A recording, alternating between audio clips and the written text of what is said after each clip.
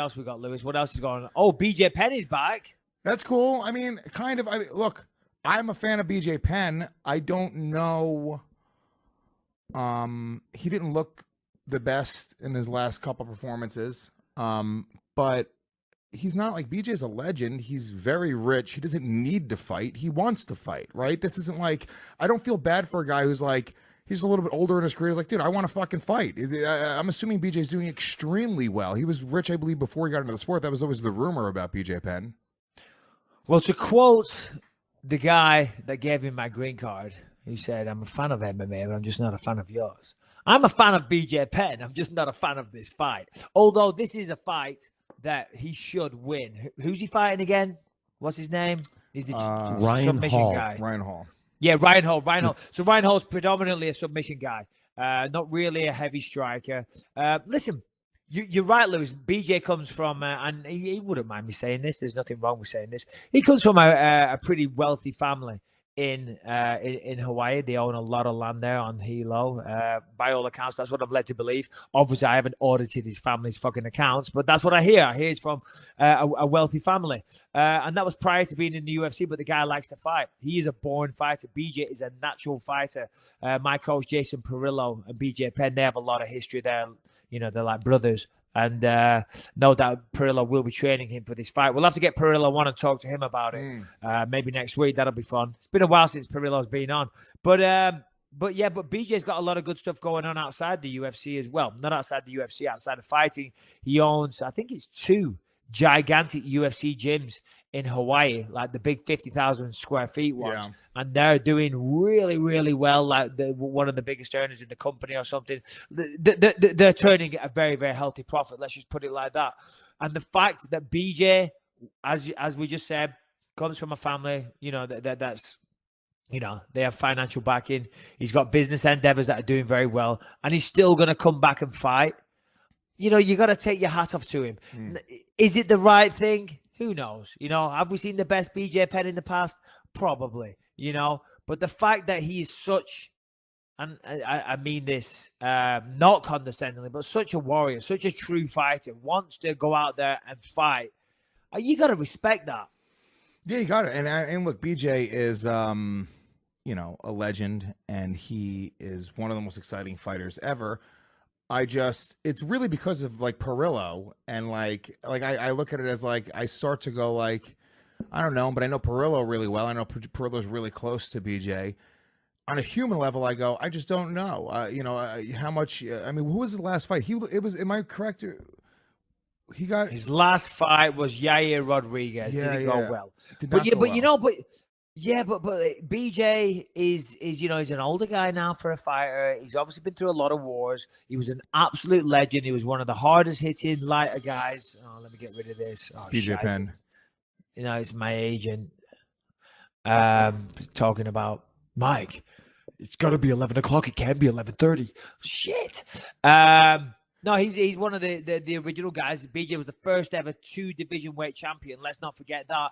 And put on some amazing performances. But, you know, he's getting towards the very end of his career. Of course, he retired. I think he retired a couple of times. I mean, of course, he's at the end of his career. But he's still got that itch. He still wants to fight. And Yair Rodriguez going up against someone who's young, in their prime, explosive striker, unorthodox striker, very fast, lots of fast twitch muscles. It wasn't the right person to come back and fight. You know what I mean? You want someone, you know, and I don't mean that disrespectfully to BJ Penn, but we saw what happened. You know, if he's going to come back, he should fight someone similar. So another person towards the end of their career, or maybe someone that isn't like touted as the next title holder. You know what I'm saying? I'm looking up Ryan Hall, American. He's a submission guy in jiu-jitsu. Yeah, I mean, total wins, he's 7-1. I mean, look, he's still. It's still a younger. Yeah, he's got a very dangerous submission game. He really has. On the feet, BJ should handle him all day long. And I think Ryan Hall will struggle to get. I see BJ winning this fight, and I would love to see that. I really would. BJ is an extremely accomplished Brazilian Jiu-Jitsu black belt. So it's not like, even if it went to the ground, I don't know if it would. It would almost like, I don't know how much better this guy. I have no idea about his background in Brazilian Jiu-Jitsu, but Yeah, hope good. I hope BJ wins. I really do. But I No, agree with you as he well. will. They've talked about things like a few guys have talked about it. Vitor was the one who really brought it up, quote unquote legends sort of division. And I don't like the idea of specifically having a division for that. But I do think that when you're matchmaking, it makes a little bit more sense to put BJ up against somebody, you know, a little bit, whether it's older or a little bit more similar position in his career. If you want to fight, you want to fight. I mean, I guess we got to call Perillo and ask him this. Do you think BJ thinks he's going to come back and make like a run at the title, or do you think he just wants to continue to compete? I really don't know. Probably it's just more a case of, you know, he's still got that itch. He's still got that desire. He wants to compete. He misses it. Probably just wants to come back and have a few fights, I think. I mean, of course, everyone wants to fight for the title, but I don't think that's the case. I really don't. I think he just wants to have 1 or 2 more fights. I think probably because his last couple of fights didn't go his way. You know, Frankie Edgar, then he retired. Yair Rodriguez didn't go his way. You know, he had some disappointing performances and he doesn't want to go out like that. You know, so he wants to come back. I mean, you could say that I did the same thing. I lost to GSP and then I lost to Kelvin Gastelum. But, you know, I've got I mean, for me, it hasn't been long anyway. But I can't come back anyway. I've got too many injuries. But it's funny. You put something on Instagram, like a picture of me in the gym, or I was hitting pads with Perillo last week, and all the comments are, oh, I sense a comeback. I said to come back, and whilst I appreciate everybody commenting and interacting with my Instagram page, just because I go down and hit some fucking pads with Perillo doesn't mean I'm coming out of retirement. Do you know what I mean? I'm just trying to stay in shape. Let's take a moment really quick and before we get into this fight and talk about BetDSI, which is one of our incredible sponsors, been in business for over 20 years. You guys listen to the show every week. You know, they've been with the show for months and months and months right now. Gambling website makes it super easy to use interface, great website. If you guys love to gamble, this is the place to do it at. They have a great reputation for paying people fast, which is important. Mike, we got some crazy fights happening this weekend. Mark Hunt and Alexei Oleinik. Is that how you say it?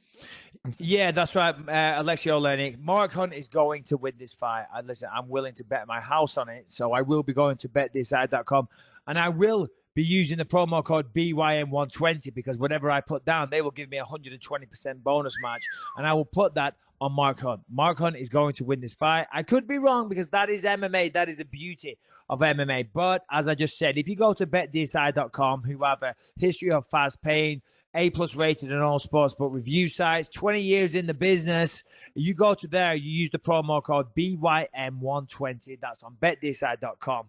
They will give you 120% bonus match on top of your money. So if you put down $100 just for easy math, they'll put down 120. So your bet will be $220. So really, there's no reason not to do this. If you're going to put any money on somewhere, you might as well do it on betdsi.com.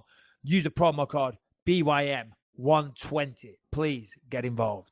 All right, let's get back into it. What if you guys did some sort of like wheelchair match? Like you guys both sit in a wheelchair and then you just strike from there.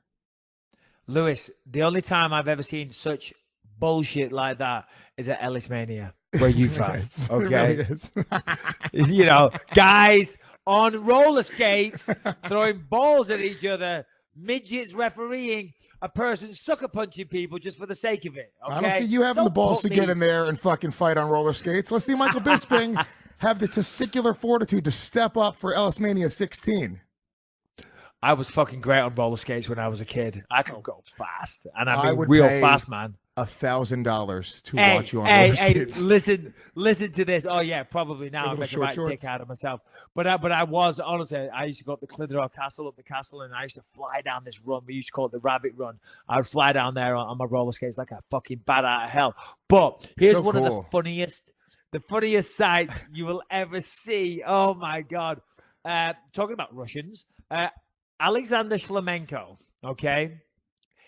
He used to be the Bellator champion, and he lives down here in Orange County. Now, I'm not talking shit about him. This is just funny. He's a very stoic, typical Russian, you know, hard-faced, hell of a fighter. Every time you spar with him, it's like you're fighting for a world title fight legit because he's trying to fucking kill you. So he's a pain in the ass to spar. Bellator guy? Bellator guy. Alexander Shlemenko. Yeah. And middleweight. When I first moved out here, middleweight. When I first moved out here, I'd spar with him down at this gym in Huntington Beach, and he would show up on a pair of fucking roller skates, right? With a little backpack on his back, like a fucking juiced out little Russian, but like an 80s shell suit and roller skates on. I was like, oh, wow, this guy. And it's just so funny because he's a fucking badass. Do you know what I mean? And I don't think he could see the irony here. He thought there was nothing wrong with it. He's like, yeah, this is a very good mode of transportation. No problem. No traffic. No carbon emissions, you know? I'm like, what the fuck? I used to rollerblade around New York City when I first moved here. I had like inline skates. It's a great way to get around. Yeah. I still skateboard. Yeah, no, I know you skateboard, but that's, yeah, but you're not, I hate to break this to you, Lewis. You're not a badass fighter. Okay? I look like a badass, though. People see me and they're like, that's a bad motherfucker. You're also not Russian, right? You're not a kickboxing champion, a former champion. Well, I'm Russian to work. That's why I'm on a skateboard. Oh, shame.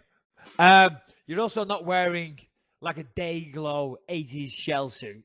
That is the best bit. Oh, and he had cut-off denim shorts, an 80s Dayglow fucking shell suit top with roller boots and a backpack. I was like, yeah, that's a peculiar look. Yeah. And good for you. You're rocking it. Not self-conscious one little bit. God bless. But I think that look, just in general, that quirky look, that's kind of a thing in MMA you see happen a lot. What's his name? Sean O'Malley. He's sort of a quirky looking guy as well. Oh, He's got that big afro. He kind of dresses silly. And like you would see him and you'd be like, I'm not afraid of this fucking goofball. And then he's, choking you to death.